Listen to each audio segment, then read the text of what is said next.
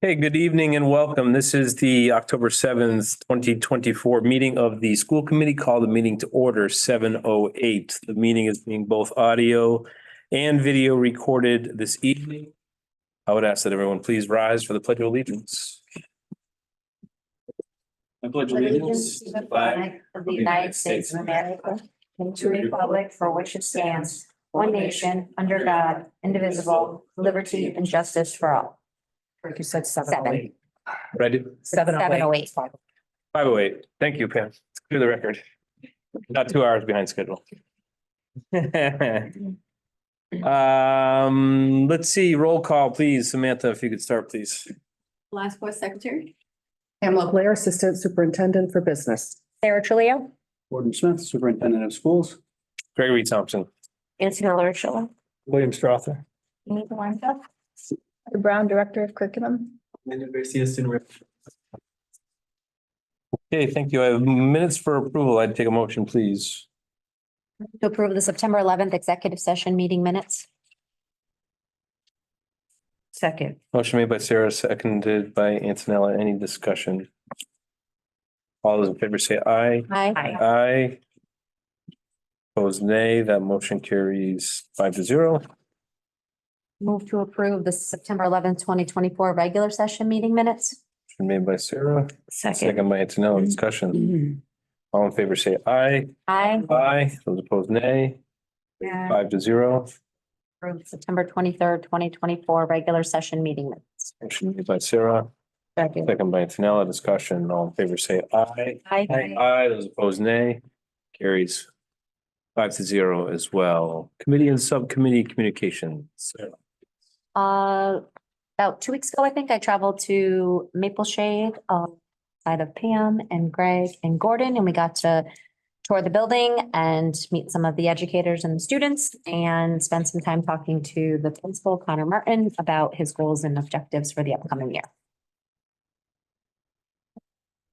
Excellent. Thank you, Sarah. Antonella. I don't have anything right now. Okay, William, anything tonight? We visited Mountain View last week. It was my first visit, and I was accompanied by Gordon and Greg and Pam. And I found it to be delightful. I certainly see their need for, expanding their classroom. So, that's definitely something they're looking to do. I'm a people watcher, so I was delighted to see the interaction with like the principal and superintendent, and how they knew kids' names and stuff like that. So it was a good. Cool. Good visit. Yeah, thank you, William. Tonight and Emmanuel. I had another big one, putting them 3-0. Wow. Good. Their next game is October 11th. That's their senior night. It was a really nice ceremony to see football seniors, cheerleaders, band members get recognized for their hard work. Club fair was also that same day. It was really nice to see all the students interested in joining clubs and club members promoting that. And senior semi is October 19th. Excellent. Great. Thank you. Okay, we have an opportunity for visitors to address the committee, seeing none tonight. We have the East Long Meadow Public School 2024-25 Fall Status Report with draft SMART goals. Mr. Smith.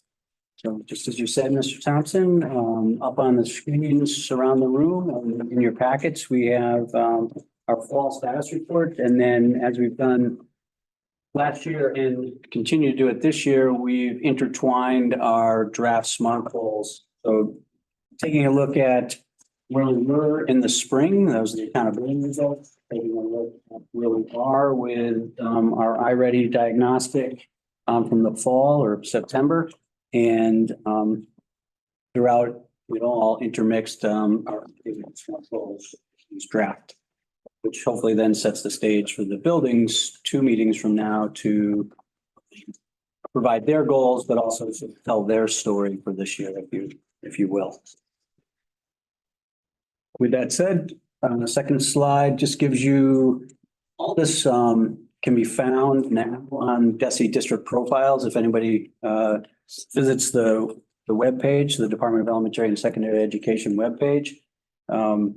You just, you can Google it and get there. The fastest was by putting in DESI district profiles and that'll take you there. But the most current demographics are still last year's because they closed their window for collection on October 1st for all school districts. And that information now is being uploaded to the DESI portal, and then they'll update throughout the year different information on all districts. But we take a look, we haven't had any drastic changes, but just as we've said the last few years, in terms of our demographics and our enrollment, we are becoming a much more diverse school community. Some of the biggest increases that we've seen over the years have been our low income, and our students with disabilities has notched up, not as quickly as low income, but students with disabilities a few years back was hovering around 17%, 18%. Now we're closer to 22%. So those are areas certainly that we're looking at. And as you go through the accountability data, they break things down by subgroup. So it's both something we want to celebrate, but it's also, we want to make sure that as we break down information on subgroups, we make sure that students have the opportunity to achieve and are provided the support they need to reach their own potential. Our first language, not English, formerly English language learners, but have mastered the language. Is that It can be kids whose first language is in English, but they're completely bilingual. They didn't necessarily. That's what I mean. They're bilingual. They They're already recognize. Yeah, fluent but in it could be English. bilingual Okay, when they entered, or they could be bilingual because they are. have become fluent. So you're asking me what was our number one language outside of English spoken, and I do know that. Well, if you have the answer, we might as well know it. Gordon. Right What is now, the number, what is the number one language? Vietnamese Okay, is number one. interesting. It's not outpacing by too much, interestingly enough, Vietnamese, Chinese, and Russian. And Spanish. And I'm sorry, and Spanish, thank you, are in the top 5. We have over 25 Languages. represented in addition to English in our Wow. This community. is really interesting.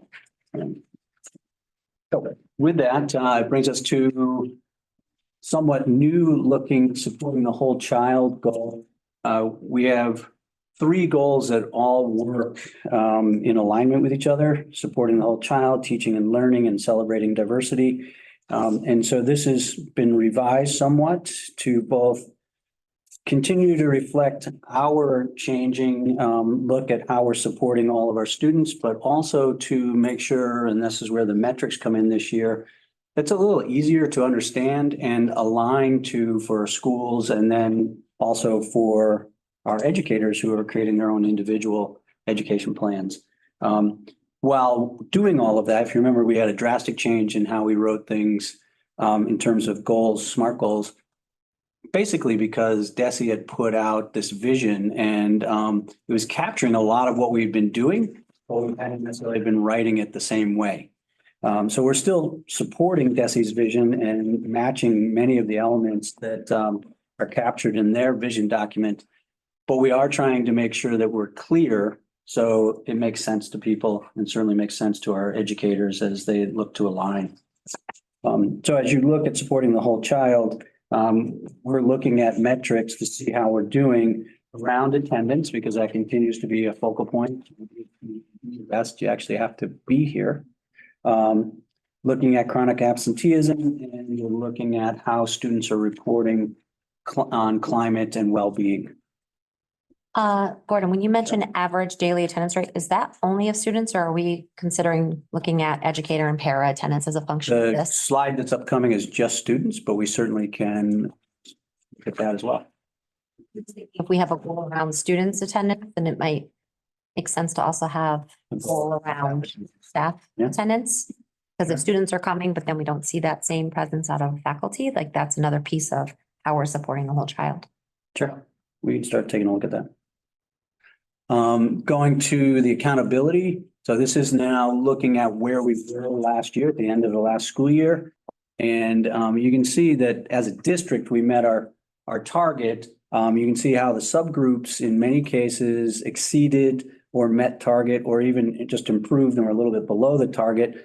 Interestingly enough, one of the things that is something I'll be talking about later as we look at achievement, we declined actually with our lowest performing group, but they, in achievement and in growth, really did an exceptional job in terms of what they produced. So that's an interesting anomaly, I guess. So that's something that we'll continue to dig into because we still do have our family outreach coordinator, and we still do have teams operating, centering, and focusing on attendance. So this is really what you were talking about. We shared, so this is daily attendance through last Thursday, October 3rd. And so right now we're averaging above 96%, which is great. Not higher, but right now the highest is 97% at Mountain View, followed by most of the schools hovering right around that 96.2%.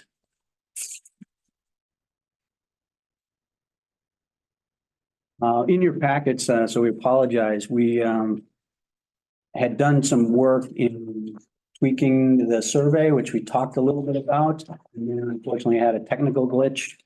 So we did have to extend the window so that we didn't get all results back until Friday night. So we couldn't get that out to you until this evening. But Brown's going to present on that. So the way these surveys work is everything is put in terms of favorable. So when you see something like challenging feelings and it says something like 65% responded favorably, that means that 65% of kids did not share that they had challenging feelings. So that's just one thing that just to remind folks every year that that's how these come about.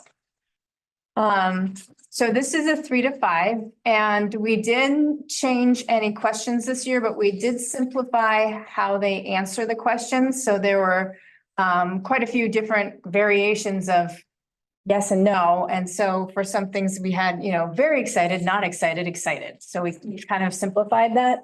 And you can see that supportive relationships, 90%, we were not in the highest percentile comparatively nationally. It's interesting considering it's 90% of the kids. Engagement, there are quite a few other questions asked for engagement than in 6 to 8. I'll talk about that when we go into 6 to 12 when we go into that.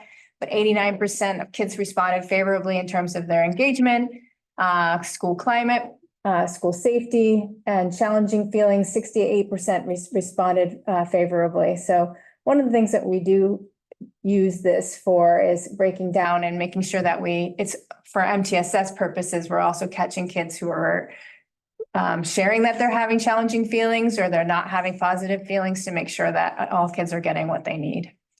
And we use it as for trends in terms of our school improvement. So 6 to 12, one thing we talked about as a leadership team is that when a teenager says sometimes, it usually means like it's okay. And then the way the survey calculates sometimes is negatively. And so the intention was to change sometimes to be a positive response. But after the technical glitch, I totally own it. I forgot to go back and change it again. So for the engagement piece, 59%, it's actually 2 different questions. One is, how often are you focused and engaged in the activities taking place in your classes? And without sometimes being favorable, 72% responded favorably. So if you add the sometimes, 95% of the kids are reporting that they're focused and engaged in activities taking place in their classes.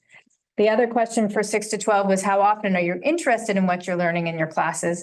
And without the sometimes being part of that, 46% responded favorably. But if you add the sometimes, which was a big chunk of kids, it's 84% are responding positively. So I just wanted to point that out in terms of engagement. It's really skewed based on how we interpret sometimes. But we did have a lot of discussions about that in terms of how teenagers. And you can see. I'd say, if I may just follow up. Yeah. So that would be a question.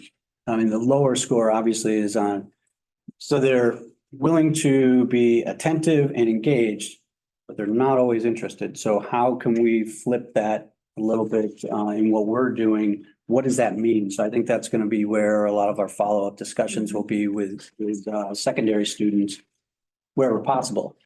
Leading the charge will be when we sit down with Manny and his crew from the advisory group to just help us understand that better. What does that mean? Not putting you on the And spot. a big shift in us implementing high quality instructional materials, a lot of them are very much inquiry based. So we are implementing new ELA curriculum at the high school this year. More modern texts, more modern ways of looking at classical texts. So we're hoping that some of the shifts that we're making in all the subject areas are going to increase interest as well.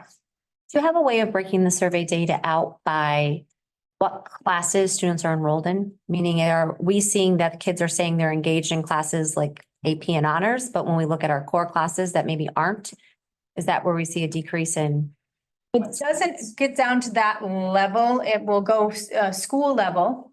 And then, you know, we can break it down Break it. in terms of how kids responded, but it's not for a particular class. It's generally speaking. So I might be taking AP class and then a standard class, and so it's hard to know which one.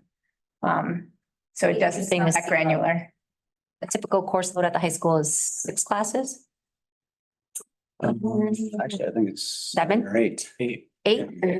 So it might be interesting to see if a Of the student is enrolled in minimally of 3 out of 8 of their classes, putting them into like a report group to see though if they're in 3 out of 8 classes that are honors level or above, do we see a difference in their engagement with the content that's being delivered as opposed to students who are sitting in a core English class? We can see how we can break that out. We've never been able to necessarily get to that. We'd have to use a different. Yeah, so what you can do is you can start to look at, say, who responded negatively to this question, and then you would have to individually go into almost every student to see what their course schedule looks like. It does disaggregate into groups, but not by course. Right, action steps. So connected to that, the goal around the whole child, our action steps, at least right now, as we have them drafted, is to continue to communicate with the LPS families, the importance on attendance that's going on at the school level, also at the district level, and we've discussed it a few times already at the leadership team level. Our wellness committee, which is something that was really good to see brought back last year, is going to be operating all year. And so I think that's going to be really helpful. Not only are they tasked with looking at our wellness policy, which needs to be revised and updated, but also then how certain things that are captured in the wellness policy, and that could be coursework specifically around health and PE, but also how food services is incorporated into that, and some of the other activities or things that we do usually at the secondary level, but it is a district-wide wellness policy. And then the schools continue to break down. They actually do it more than 2 times a year, but we do our survey for students 3 times a year. And so they're breaking down that data. And that's one of the references I made as I was making a small joke, not putting Manny on the spot, but that part of our group that helps us discuss the surveys is the student advisory group. This one, though, a lot on the page, was written to be a little bit more streamlined in teaching and learning. And certainly the Under the action steps, are the schools then communicating with us what that consistent plan is for each site to emphasize the importance of school attendance when they come to us? Or is there like a they actually consistent template? individualize their plans around students. They have an attendance team. Mhm. The attendance team looks at the data, and then they create individual plans for students that are starting to struggle with attendance. That would be for students who are speaking about like chronic absenteeism, but I'm talking about, if we're talking about creating an increased partnership with families around attendance, that to me reads more like a proactive measure than it is like a reactive measure. So if we're seeing students who are chronically absent, now we're reacting Right. To that, as opposed to how I'm reading this, and maybe I'm reading it incorrectly, that we want to communicate consistently to emphasize the importance of attendance in a proactive way. Right. But- So that has generally come through announcements, which we've increased, but we haven't, we don't have specific partnerships with family groups, if that's what you mean. Although I do know that, that they may discuss it at their school council, which does have parents and students on it. Okay. But no, that's that's certainly a good question, something that we can talk about. Okay. Not sure what that partnership would look like because it becomes individualized unless you're partnering, say, with your PTO or other groups in town to help advertise the idea of attendance matters. Possibly. I mean, because if not, then families only receive information about that once a situation arises. Well, actually, the high school sent out an attendance matters as their welcome back. And then the district also sent something out around attendance. But I'm just saying like consistently. So if we're talking about consistency across the sites, then we should, if that's a goal, then to me, then the action step should be, there should be something uniform between the sites. If we're saying that attendance is something that we're focused on, then we should have an action step that aligns all of the sites so that there is a consistent message to EOPS families as opposed to the high school said something. But I That's think why the message would probably be that attendance is important. However, I would imagine that the message is different at the different levels. The reason. I'm saying there is no message. I agreed. And so I think Gordon was starting to touch on it in terms of reaching out at the beginning of the year, but perhaps we should do it more often. Right. Just a reminder why importance is, or why attendance is important somehow. I don't know what that is, but. So messaging went out from the district in August. Messaging, at least from the high school, went out. We've started to talk about it. They're still drafting and finalizing their goals. But certainly that's something now off of this meeting, we bring all of this information back to the entire leadership team. And I know it's a goal of DESI. Do they have any guidance in terms of things they would recommend? Certainly many of the things we're doing Okay. is around messaging through our administrator for health services, Candy Goyette, who works closely with the parent outreach coordinator. She, through her grant, has purchased signs that all schools hope to be putting up. I don't believe they're in yet, but she, that was one of her tasks this summer was to put in and through the grant and purchase signs for all the schools. I remember the principals speaking about this. I think all of them had something anecdotal to share, but I agree. with As they Sarah presented their story throughout the year, yep. about, emails that kind of go home at any given time and say, we need you here kind of thing. But I don't know if that's what you're talking about, the initiative that she's looking into the grant, but I've seen that in surrounding communities where Right. there's signs and I think it's like that positive message, like "We need you to be at Right. school," whatever it is. Sure. So that would be fantastic. Yeah. And just because if we're looking at the most amount of points that we're eligible to get within any category is 4. So that means if you look at attendance, we have 15 points on the table.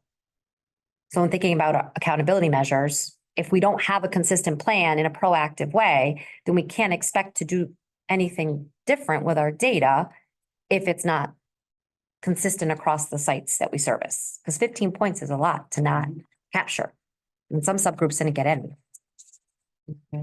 of the 4 that they were eligible to get.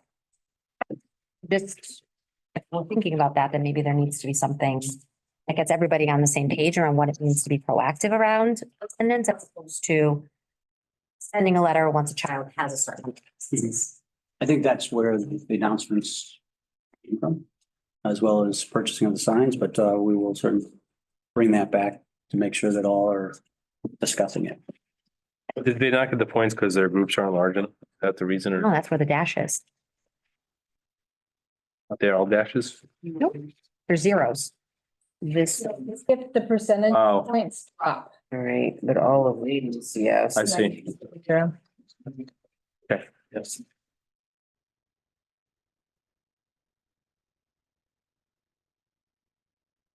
Okay. Okay, moving to teaching and learning, slightly revised the top part, but probably most importantly, we tried to take a look at the metrics we've been using and focus in more than just the traditional, we're looking to reach 80%. We know exactly where we were. And so what's realistic so that we're not necessarily putting something in front of our teachers that may not be realistic because we haven't been there in 3 years. We haven't moved that in a week, say, of 20 percentage points. And so that's what we started to focus in on here in terms of what we're looking at with iReady growth, both typical and stretch, and where we were looking very clearly where we were last year. This year, though, one of the new things that we're doing is adding in the DIBELS, which Ms. Brown's going to speak to in a later slide as we break down where we are currently this fall in DIBELS. Do the schools have those same exact percentages or are they based off of their previous grade levels performance last year?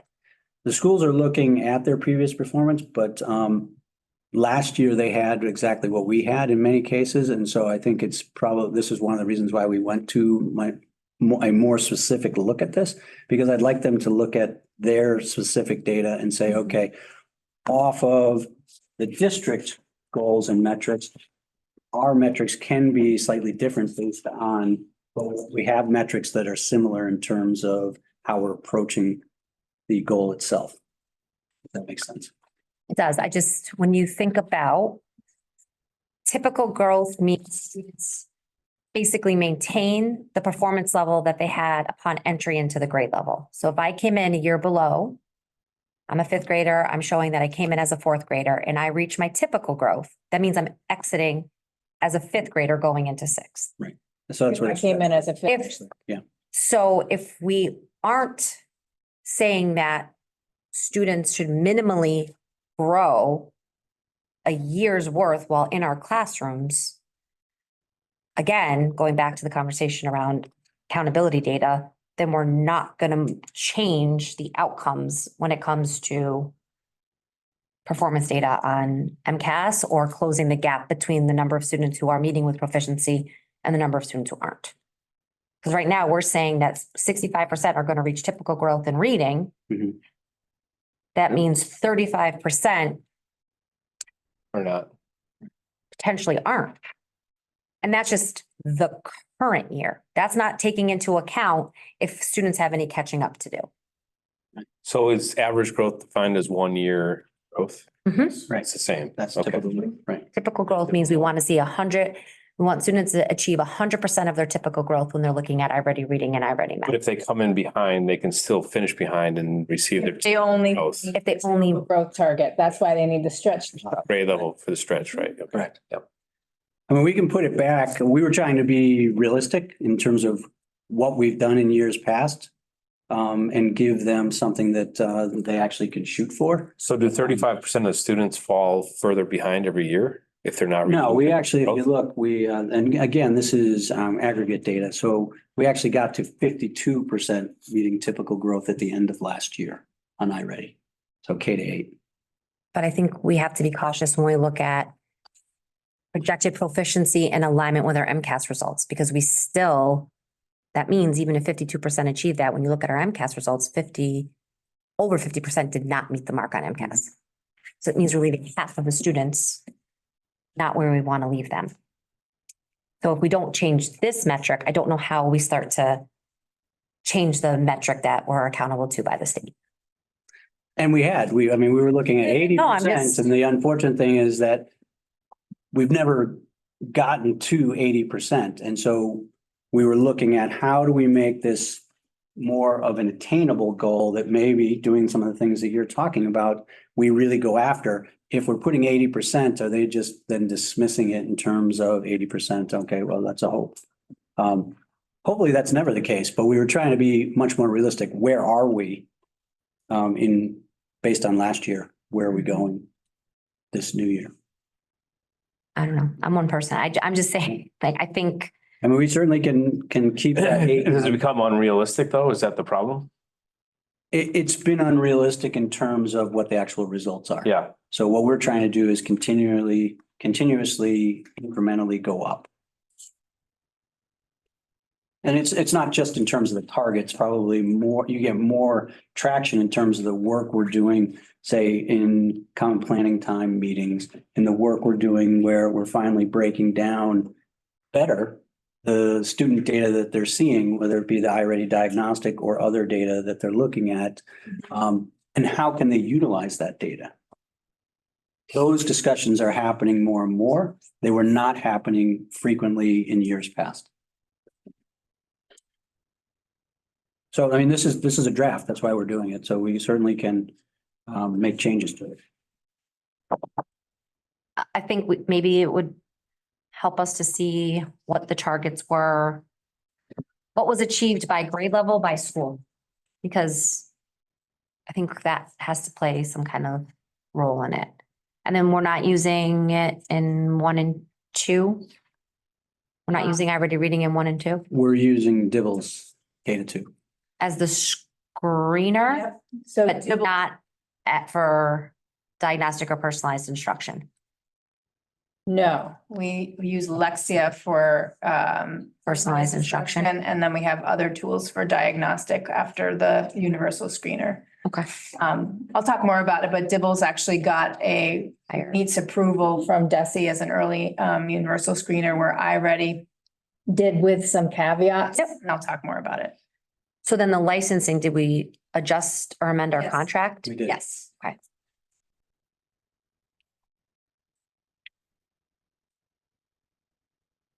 Okay. So we're excited about our accountability results. For one reason is that we did move substantially forward in terms of our substantial progress toward targets. And for the first time, at least in my tenure, we had 2 recognized schools, Maple Shade and the high school.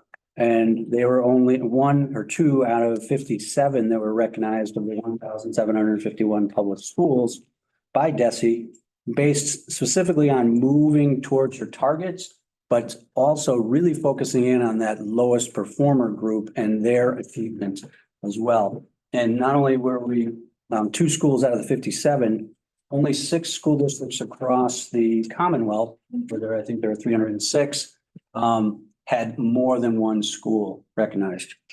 And of the Those had a lot of schools in their districts. yeah, true. I mean, Boston, obviously, and Yeah. Springfield were in there. They had as well, yeah.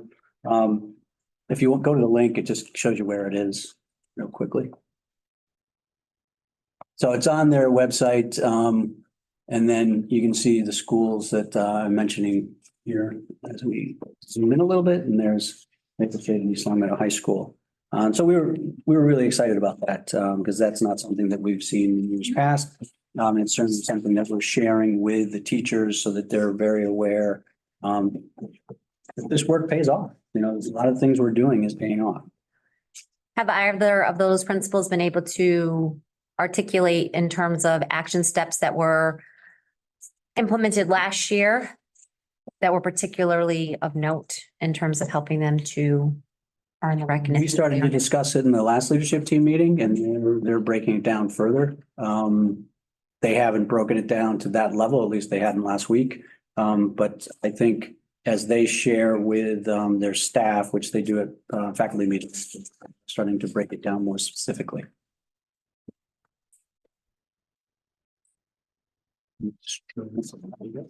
So taking a look at growth, and one of the measures, obviously for DESI, they're looking at 50%, anywhere in that 40 to 60 SGP range. They consider sort of the target growth area. We always want to be above wherever possible 40, and we're starting to broach into the 50s, if you will.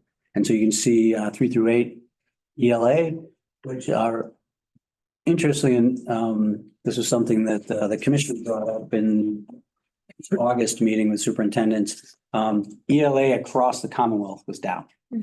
Both in growth and And achievement. yeah, both in growth and achievement.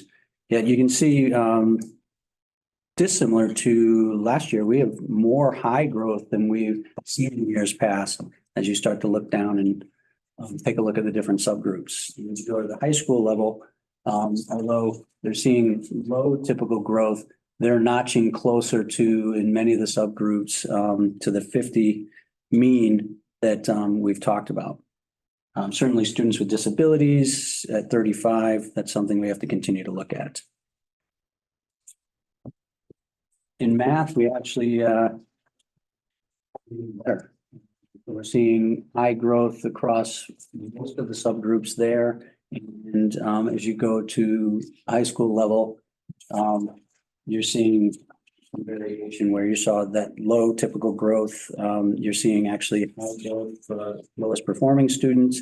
And you're seeing, all students 49.4.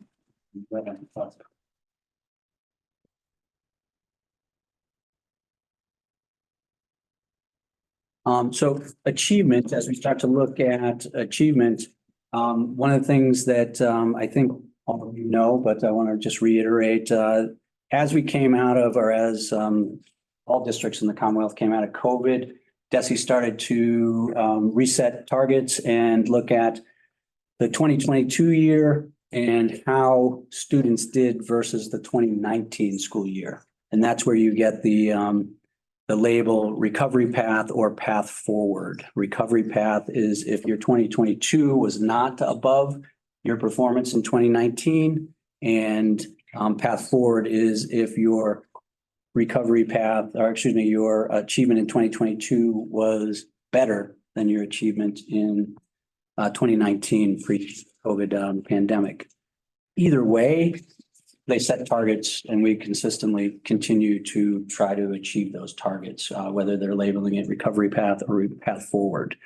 Nice thing here, as you start to look at these charts, is that we're seeing, although not always meeting targets, we may be improving below target. We still have some areas, just as we know, such as low income, where you're seeing a decline. And so we have to start to dig into that. One of the things we're seeing as you look at these comparison charts, we're actually seeing better results when we compare against the state. This was not the case the last two school years. This is like the type of slide that when we're talking about those I-ready targets, Mhm. so the math correctly, that means that we had 677 students who did not meet or partially met expectations. It's more than half. So if our target, that's a benchmark, is not pushing beyond that, then that means in grades 3 to 8, half of our grades 3 to 8 population in ELA did not meet the minimum requirements set forward for proficiency on the MCAS. I mean, there is growth, but it's just, we also have to recognize that 600. So you're counting partially meeting as not Right. part of it. Partially meeting Um, would not be a 500. No, we wouldn't. However, in many cases, those students are just a few points off of sliding over into meeting expectations. No, And that's where we have to, continue to break down. yeah, if we have that, then that's good too. Like if we can see like of what percent, where are they falling? If of the 492 that partially met, if 400 are within 3 points, that's a different story in the data than 400 being closer to not meeting expectations without having the scaled score next to it. Or by location, like site, it's hard to know, like, is this something that we need to focus on 3 to 5, which means really examining K to 2? Is this something that we need to focus on 6 to 8, which means we really need to examine 3 to 5 as the feeder to 6 to 8? Again, like that idea and that philosophy that we still have about over half of our students who did not meet the minimum that the state sets, which is a 500 scale score. Mhm. Are there other districts that blow the state percentages out of the water? When you look at how DESE compares us to other districts, we're generally right in the middle. In some cases, we're towards the top. That's that DART tool. So when you look at those comparisons, and so these are the districts that say DESE says we're most similar to, we're kind of right in the mix Yeah. of those. And we can certainly bring that information too. Well, my point is, to Sarah's point, you're talking about 58% partially meet or not meeting. The state is 61%. And so is the test impossible to get higher percentages? So. So I asked if there are other districts, Out there that. percentage away. everybody Gets Yes. seating and meeting. Is there? Are there? I haven't seen it, but Not that I know of. That's what I mean. If the test doesn't allow for it. Statistically speaking, I you mean- know what I'm saying? We're seeing at least the districts. I'm not trying to make excuses here. I'm just No, no, but No, I'm analyze it, yeah. trying to answer your question. Yeah, yeah, yeah. In terms of the districts they compare us to, these are the charts that are very similar. Right. Well, that's what I imagine, yeah. yeah, because they take into account demographics. Our similarity in terms of socioeconomic and everything else, size, all of those things. Mathematics? So in math, we actually outperformed where we were in ELA. So that was nice to see. You see a lot more of the improved, exceeded targets, improved below target and met targets. We were seeing in the other targets. On 3 through 8, math, as you can see sort of how we compare to the state. So you're seeing that we have, it's actually a pretty similar comparison, although we have fewer in the failing category in terms of 11% versus 18%.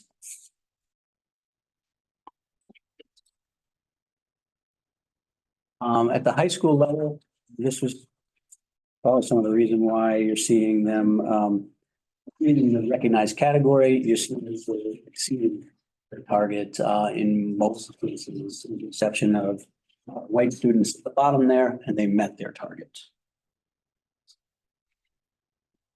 And that's, you have to remember that when they do school and district, we do have students that are out of district, and so they just add those in when they start to report at the various grade levels. So while we have 4 in the school and 5 in the district and not meeting.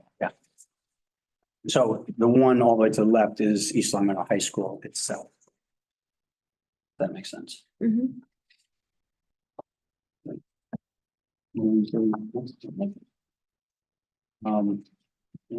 Similar to what I was saying, you know, math continues to outpace this year anyway, how we've done versus ELA. And so you're seeing again, exceeding targets in many of the subgroups, and met targets in 2 of the subgroups, which was very exciting at the high school level for us to see. So will all targets be higher than the 2024 achievements? Yes. Yeah, the targets get reset Right, each yeah. year. Yeah. but even if they're not met, they're set higher. Yes, and I remember that. They keep going up. Keeps going, yeah. But because of this year's results, it will have a direct impact on next year's, or is it Not already necessarily. preset? No. Is the path already preset? They may, may change the increment. Yeah, it still goes up. Share, what the increment is going for the, I was, truly earlier, they had sent an updated, target, formula last year and Specific increments? Yeah. then Is we that went, the same for every district or just for us No. specifically? no, each target is specific. Based on your, Where you've been, Yeah, yeah. okay. For subgroup. And the whole. Subject. the whole district. Yeah. Yep, okay. So you can see in terms of the math achievement, again, it breaks it out, for the high school anyway, by school, district and state.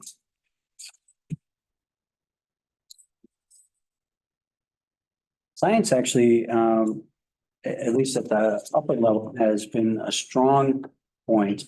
This is the first time actually we're seeing science in grades 3 through 8 be as strong as it was, which was exciting to see. So you can see that a lot of our subgroups exceeded, or at least 2 there exceeded target, and the white subgroup at the bottom exceeded target. But we got improvement, although just below the target. And then we had one subgroup, the Asian subgroup, actually decline. So those are things that we need to dig into. If we take a look at how by grade level fifth and eighth grade have done comparatively in science against the state. And this year will be the pilot of the next generation science assessment at fifth and eighth grade. That's my understanding.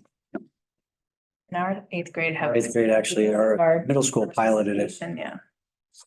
They got, That's not reflected in this stuff, No, no, they got to take both. but next year, And the civics and ELA and math. So these poor eighth graders. eighth graders unfortunately are well tested by the time they Yeah, finish the. next year, just one. One science. and that will be the new. It- Will be the supposed to be. NGSS. Yeah. But next year, when we compare, we won't be able to compare It won't be out. this data to the Right. new data. Resets your benchmark. Mhm. And then at the high school level, we've seen success over the years in high school. Predominantly, this is biology in terms of the science that they're taking on the MCAS. And in this case, we're seeing a lot of exceeded target and one improved below target. So that was exciting.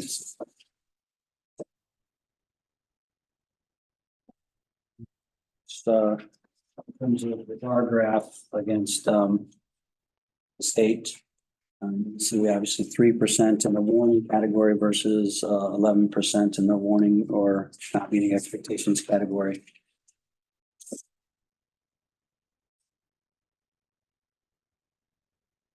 So that's where we were. Now taking a look at some of the iReady data under diagnostic, this is where we are, at least as we September, and entering fully into the first week of October. So as Ms. Trujillo pointed out, this is the beginning of the review in iReady, and what it does, it just is looking at if the student is green, it's not saying that they've mastered any of the current level content, but they're ready for that content because they're coming with what they needed to know from the previous, right? So if you look, we've got pretty good percentages in the and at the middle school, the yellow has shrunk, but the red is bigger. So overall, we've got 72% at grade level, 14% 1 year below grade level, and 14% 2 or more.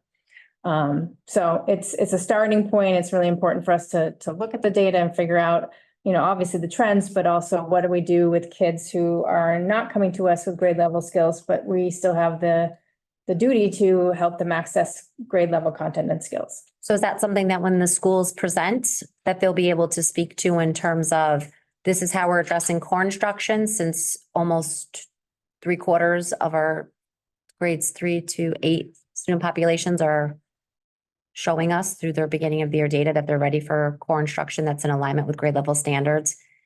And then what is happening for the students? Because it's October, and we know in October that 28% are needing more than just the core. What's happening for those 28% of students? Either extended learning opportunities, intervention, what Those would be some of the things that they should be able to present. include in there? Right. Okay. As they tell their story. Yep. And one of the things that we continue to do in common planning time at the elementary level is helping folks because, You know, our high quality instructional materials are at grade level, and how do you help make sure that all kids can access it, and they might need to use certain tools and other things like that. So we're constantly having those conversations because it is a big shift from the past in terms of what we're expecting kids to know and be able to do. So this is a projected proficiency versus MCAS. So I took the projected proficiency at the end of the year. So iReady will predict how kids will do on the state level tests. And then we have the actual MCAS results. So iReady level 4, they have 3, 2, and 1, and it correlates with MCAS exceeds, MCAS meets, MCAS partially meets, and MCAS not meeting. And the one thing you'll see with the math, these numbers are even more aligned. The one thing with MCAS is that they're also assessing writing, and iReady does not assess writing. It is purely a reading assessment. So you can see that these are pretty in sync. And so it is going to be a useful tool for us to make some predictions about the MCAS. This was actually, this data was shared with the leadership team at the last meeting so that they're very aware of how highly correlated it is. Which Especially at the math level. Right, which I think will be very helpful because then it lends itself to taking a look at individual grade level data in terms of where students are and then getting down to the individual student data, which Brown and I were talking about how that can start to work into our common planning time discussions. So at Birchland, I believe I recall Connor talking about, Maple Shade, no, Birchland meaning Pearson talking about how students are expected to meet their personalized instruction minutes, which is directly correlated to students being able to move into higher levels of proficiency and achieve higher levels of both stretch and typical growth. Is that the case for Maple Shade and Mountain View? Are they held to the 45 minutes a week that Curriculum Associates recommends for personalized instruction in reading and math? No, so for math, we utilize ST Math. We have for the past forever. And then for ELA, we have, teachers have access to the iReady personalized path, but there's no kind of universal expectation for using that at this point. Is that something that they're considering as they move forward? Or is that it's something that we've purchased? Yes, Correct. and quite frankly, there is very little time in the day for all the other core instructions, so it's a matter of whether it would happen at home or not. So that's always the conundrum is when.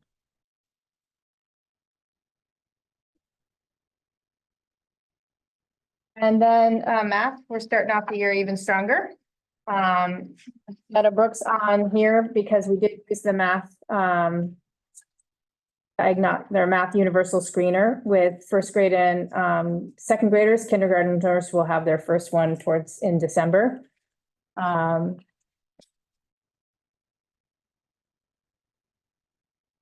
So a smaller amount of kiddos who are at risk for tier 3 or that, 2 or more grade levels below, 12% one grade level below, and 80% as a district at ready for grade level work.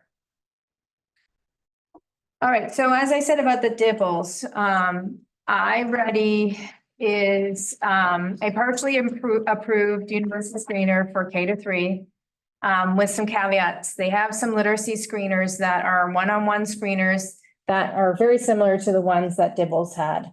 And so we made the decision at Meadowbrook to just switch over to DIBELS because the one-on-one screeners, one-on-one interview style screeners are part of it.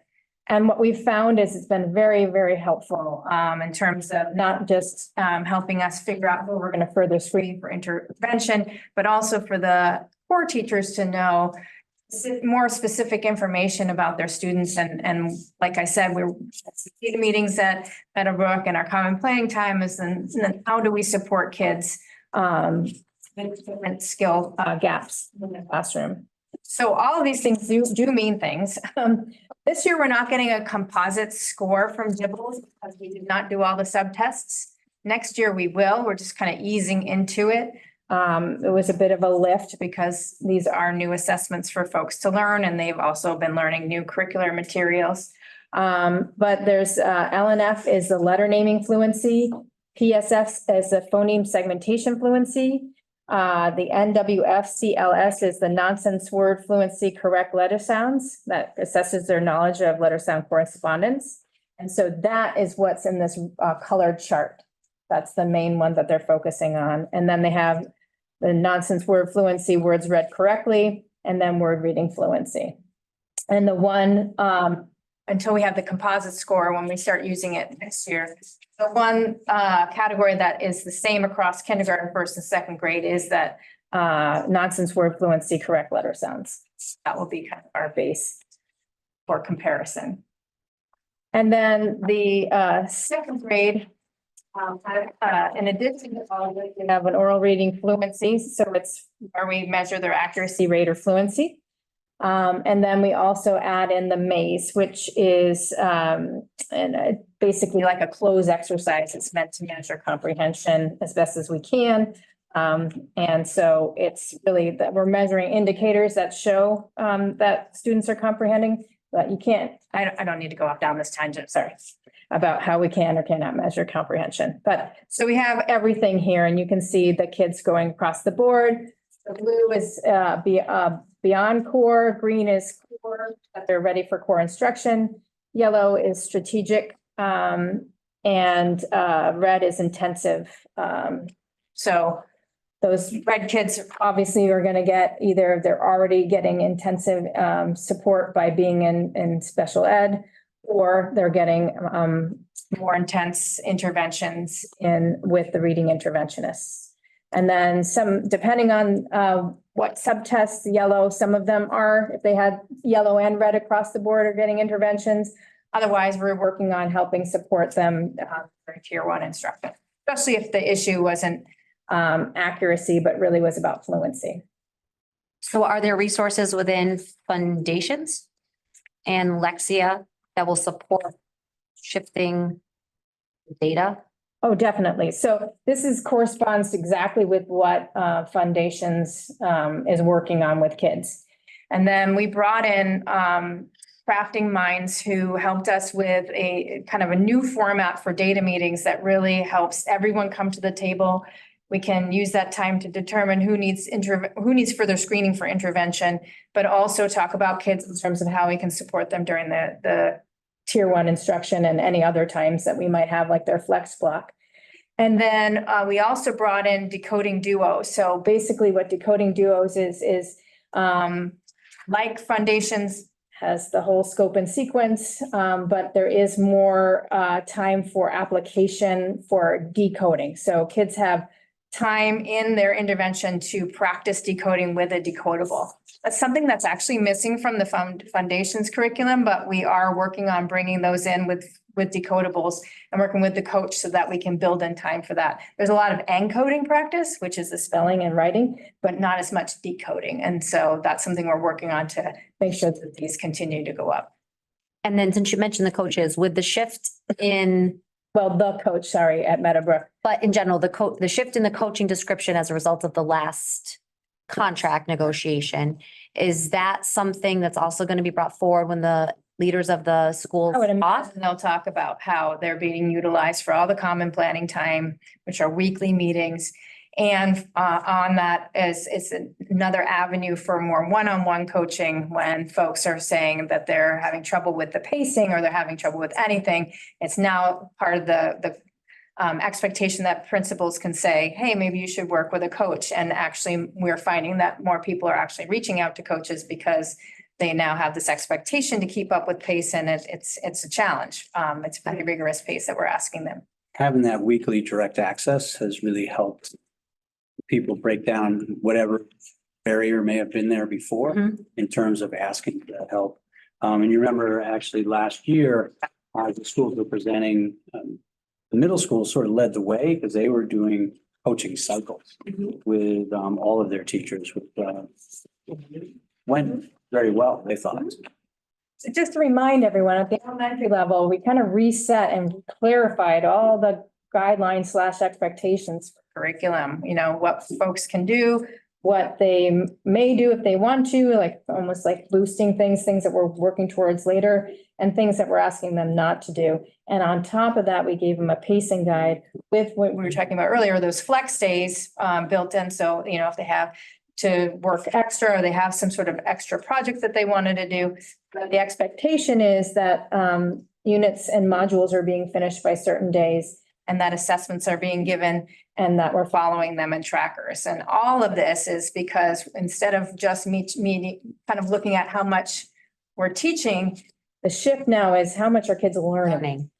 And so this data is going to be more and more important, and I think more people will see the use in it as we're trying to measure those things and catch kids before the end of the year and really make sure that we're giving them what they need. And there are those like unit assessments or unit scores being sent to the coach, sent to the principal, sent to you in terms So of like we have- monitoring?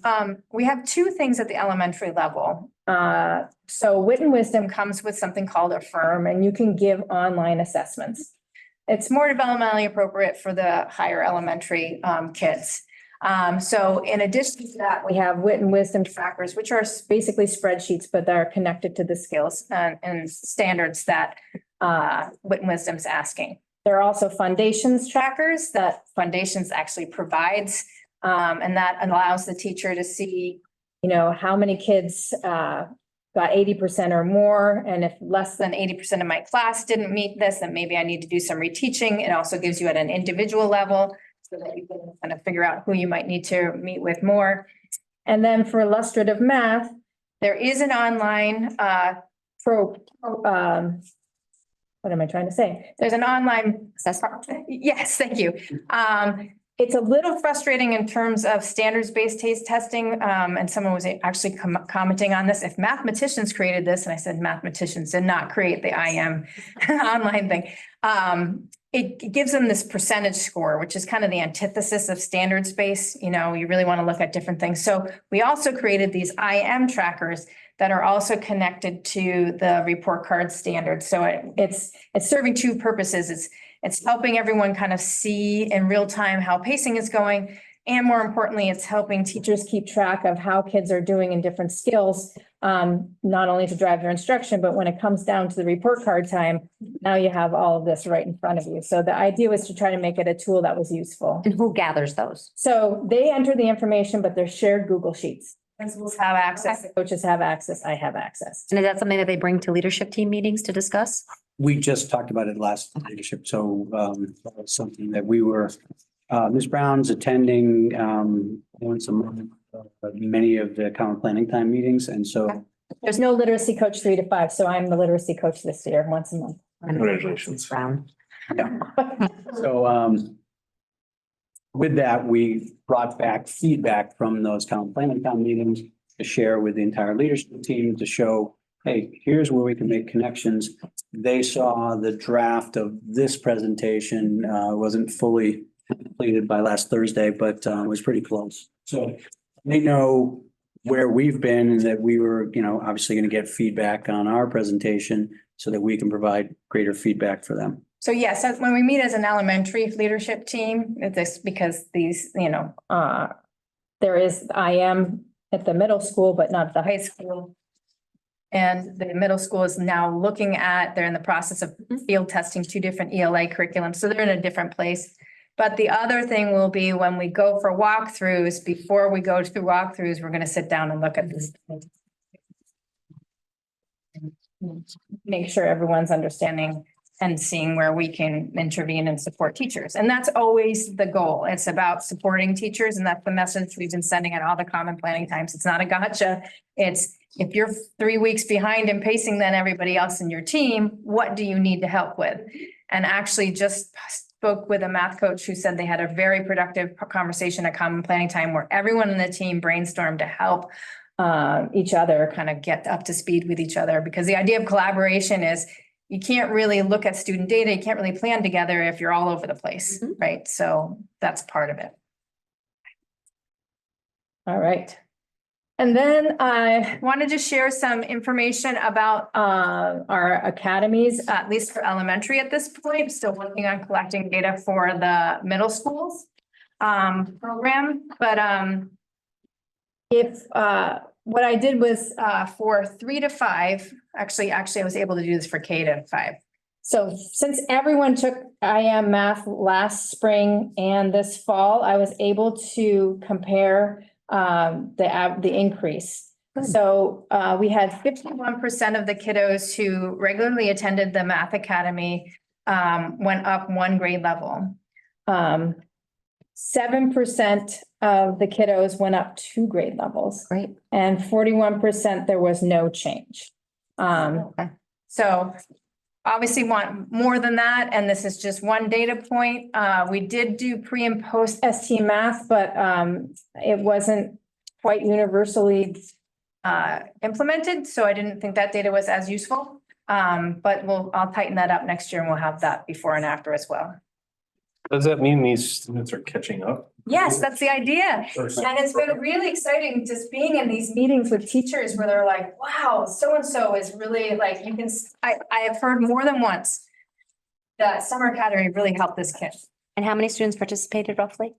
There are about 50 kids in, a little less in math, when you count the kids who actually came regularly. And that was what we chose to use some of the school School choice choice, funds. that's with correct. To continue to support. To do summer academies. Yep. The students typically take more than one. So the way we do it, we have 3 hours every day, Monday through Thursday for the 5 weeks. And the curricular materials that we use are really like 90 minutes of instruction. And we wanted to have also something fun for the kids to get them. So we have an elective.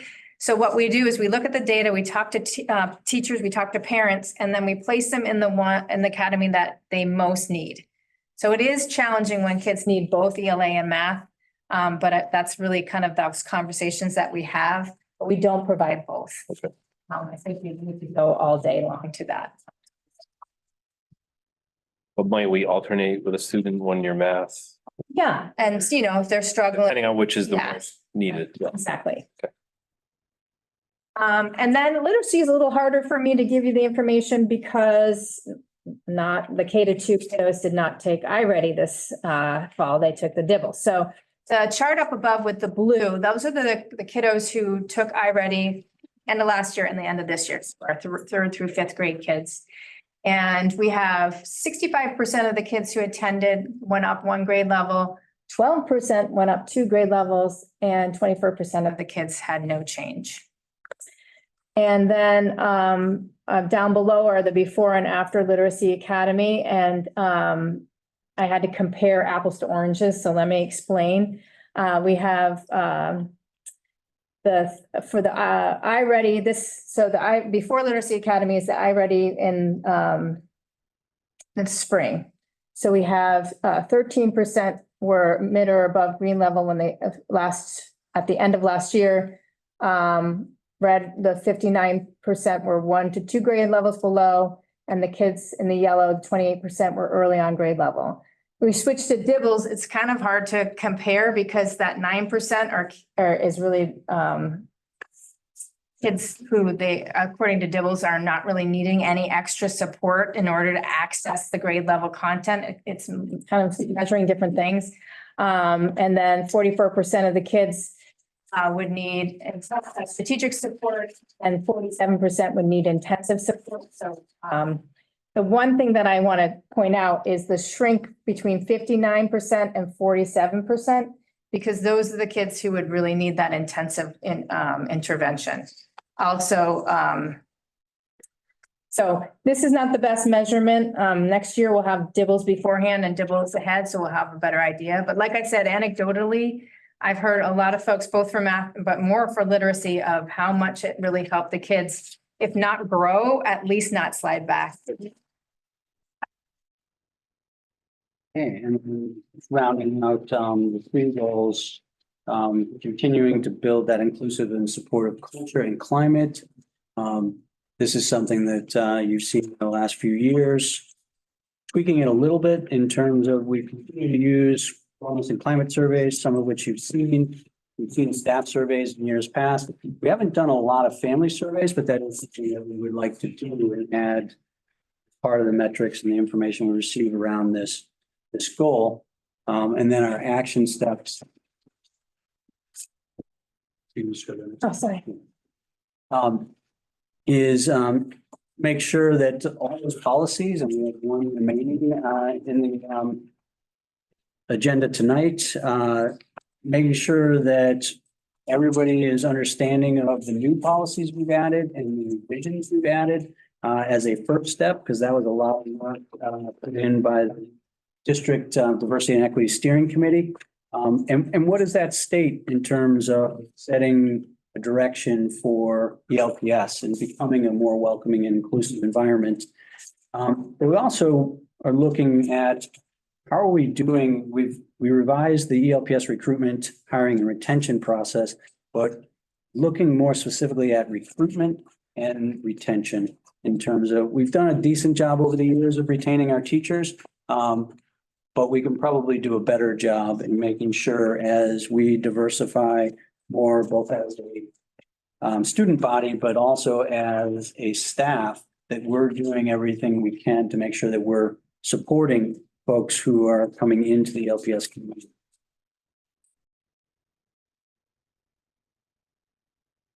Good, Good. excellent. A lot of information. Any other questions on that? Got 10 minutes. I want to try to crank through the rest of this, if we could, so that we can.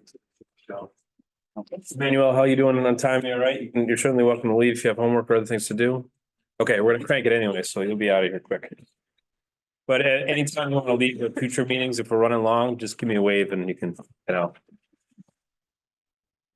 You can, Heather. You gotta stay. Wave doesn't work for you. Crank it out. Let's Yeah, let's go. Nothing but time. All right. Go ahead, Heather. All right, so this is the ELAP program is something we participated in last year. It's the Equity Leadership Acceleration Program. We had folks getting mentored by and then this year, those folks who are mentored then will mentor other folks who are interested in leadership roles as part of their continuing their professional development. And there are 3 people listed here, but actually now there are only 2. And they are going on what they call the Emerging Leader Fellow track. Basically, CLE got a ton of federal funds, and so they're offering to reimburse us for up to $6,000 for each of these fellows for professional development, for stipends for leading professional development or attending professional development. So what we're asking is, we don't actually get this money up front, it's a reimbursement, but can we get permission to accept the $6,000 reimbursement for each emerging leader fellow? That would be $12,000 total. Do you need us to name the 2 that are doing it or just 2 in general? It's Yanita and Hannah. Hannah is working with Connor Martin and Yanita is working with Natalie. And the 10 days for the substitute, that's 10 days they won't be. That's in the budget. 10 days, not necessarily 10 days that we'll be committed to. Yeah, That would be up to 10 days, which would not be with their classes. correct. But that is most likely not going to happen with either of them. And is this leading towards licensure or is licensure a component of this? Yeah. Is not the aspiring principal, which is, there's more hoops that they have to jump through. Okay. This is more just leadership skills. I know that one is interested in pursuing admin, and the other is just more interested in leadership. But it is a little. But neither of these will give them licensure. Right, it's a little more generic. So the ELAP program was something that for leadership and educational equity had written a grant for and is utilizing that grant. We were part of their program, just as Ms. Brown said last year. We continue to be part of it in year 2. However, to the question that you just asked, theirs is much more general because they're across different state lines. And it is one of the elements of feedback that we provided them is that we lost potential candidates because it's not a licensure program in Massachusetts. And DESE then rolled out a licensure program that is somewhat similar. To get back to the substitute piece, though, Hannah is one of the folks that went through our Wit and Wisdom Leadership Program, that intensive 90+ hour PD. And so if she were to be tapped to leave the classroom, it would be to lead professional development with 3rd through 5th grade teachers. And she co-teaches, they have a phenomenal kind of co-teaching situation. And so I think the kids would still have excellent instruction if she weren't there. Need a motion to accept or to request the reimbursement? Are we requesting it? Approve. Yeah, basically Approve. improving our ability to grant up to 12,000. So I will set it up as a grant, very We have the- similar to the, We we don't, don't have the funds. We won't get the funds until after they're expended. Very similar to the Springfield partnership. Learn and earn literacy, yeah. So So I will tell me set what up, the motion then. approve. The East Meadow ELAP district fund request? Yep. Up to 12,000? Sounds good. For the 2, there's the motion. okay, Candidates, yep. go ahead, sir. Move to approve the East Long Meadow ELAP District Fund Request proposal up to $12,000 for 2 candidates. Motion made by Sarah, Second. second by Antonella. Any discussion? All in favor, say aye. Aye. Those opposed, nay. Carries 5-0. Heather? New policy? So this is, Yep, go ahead. so this is a policy that actually you saw Mhm. back in August when we did the policies in the A section of the policy manual. Unfortunately, though, even though we had made the revisions off of that meeting, it did not get included in the revised policies that came back in the first meeting of September, which I think was September 11th. So basically what we looked at was revising the second page in terms of how we're making sure that we're being inclusive of everyone. To make sure that these are actually doable in terms of what we're doing so for new staff members, what we're doing for students and so forth. And so we revised based on the feedback you gave us, 1 through 4. In some It was cases, actually 1 through 6 or something. we eliminated a few that probably weren't achievable. Questions, comments? Motion for approval of policy HCC. I'd like to make a motion to approve policy ACC non-discrimination on the basis of neurodiversity as presented. Motion made by Antonella. Second. Second by Sarah, discussion.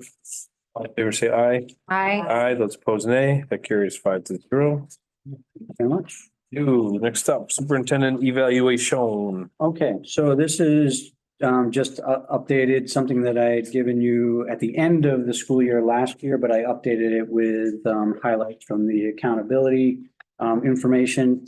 So it's really just for your information. And ultimately, I think in the month of October, because that's when DESI collects this data. So between this meeting and next meeting, we should probably close out the 23-24. Okay, so we'll bring it back then? Or Sure. do you want to do it? Yeah, no, that's up to you. It gives you a chance to look at it. Yeah, let's do that. I moved the Fair. shared folder, the evidence folder forward Excellent. and, place another copy of this shared folder. Okay. So if folks have input, they can bring it to you between now and next week or the next meeting. We'll bring it up. Next agenda. Yeah. Okay, They probably should submit it to you, so at least it gives you a chance to compile anything. makes sense. We got, if they have things they want to talk about. Okay. Cool. Thank you. We have a preliminary approval of the 2025 senior trip to London, April 19th through April 26th.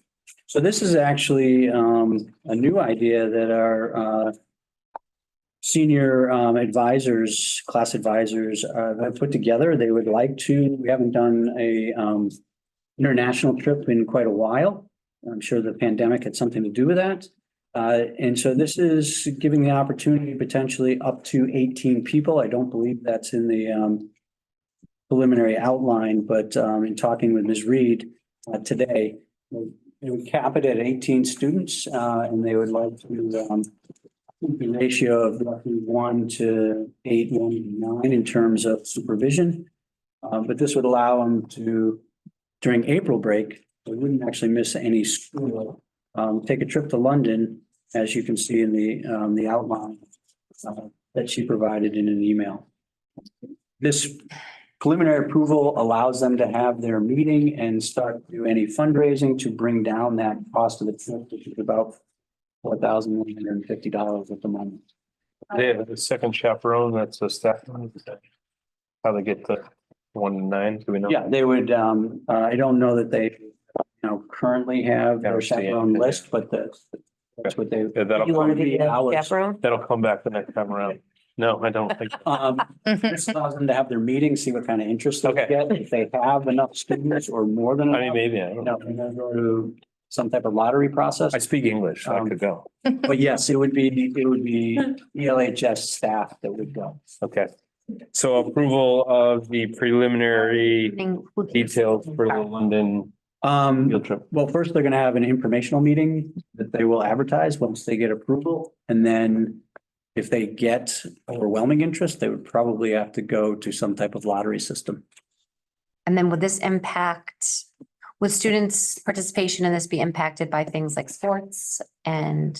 There's always a good citizen in the code of conduct criteria. And so students who are not able to uphold the criteria for being a good ELHS citizen, it does impact participation in activities and so forth.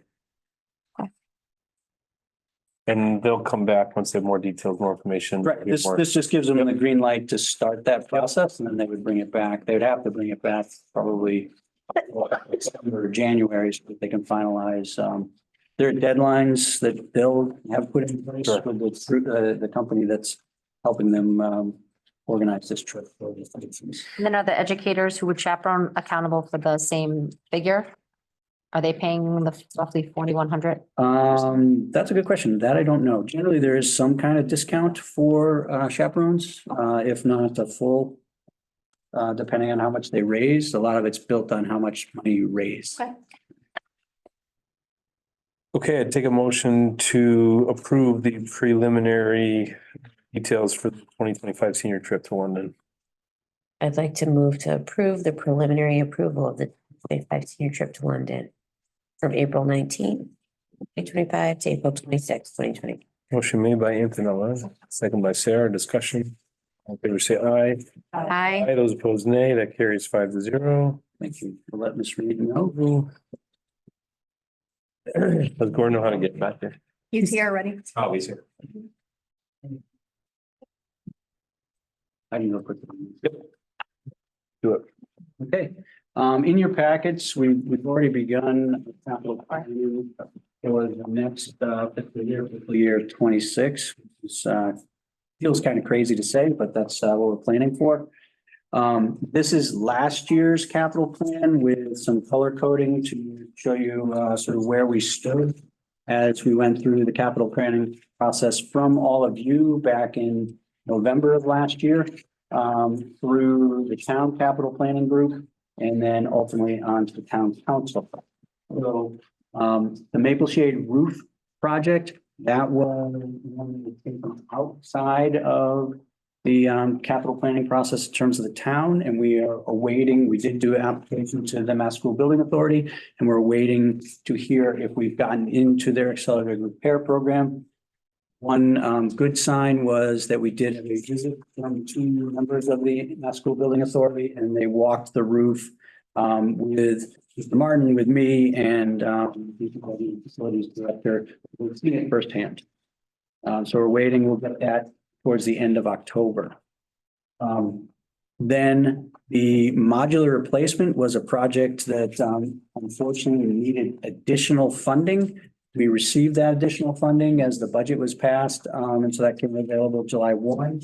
That is in process to go out to bid again with hopefully breaking ground either late spring or early summer. Then the window sashes, that was also approved for Birchland. It's amazing that our youngest school, our newest school, is already 24, almost 25 years old. And so we're replacing window sashes. That project is underway. They are accumulating and purchasing the window sashes, and then they'll start to implement or put those in rather. And that will be done by the DPW. Then the last one, which was the field replacement. That actually, interestingly enough, it was definitely supported by the town capital planning in January and February. However, when it did go in the draft budget from town council, from town manager to town council. However, somewhere in the discussions between town council and financial oversight committee, it did get placed on hold. And one of the reasons was that given that right now we have a pretty good maintenance program with our field twice a year, a group coming out. Not only running an incredibly sized magnet, which picks up more debris than you would ever expect, the actual metal debris that's on the carpet, but identifies where seams are starting to wear and what repairs we need to do. We then do those repairs. Mr. McGee actually is quite good at many things, but incredibly detailed in terms of how he uses the maintenance program. The discussions, as I understood them, I was not part of the discussions to put it on hold, but you know that we're using our athletic field over the next 2 years as we are in construction and grass fields go offline. It's getting more and more usage, and the thought was, should we put that kind of usage on a brand new field, or should we wait? And as the building comes online, then we don't lose it from the 5-year capital plan, but not make it a priority this year or next fiscal year. Understood. Took a little bit longer. We'll have, with that, you don't have to accept this. I just wanted to update everybody, but we'll have the new 5-year plan for the next meeting. Okay. Cool. So we'll revisit that. Thank you for that update. And then finally, we have a donation of $700 from the class of 1974. Do we have any information on that? Actually, I didn't, did we get any more information on that? No, there was no other They information. must have had a fundraiser and they had leftover money. Simply that they wanted to. They probably had a gathering. I think they had the reunion. This must be leftover. And they donate it back. I take a motion to accept the donation, please. I'll make a motion to accept the $700 from the class of 1974. That works. Motion made by Antonella, second by William. Any other discussion?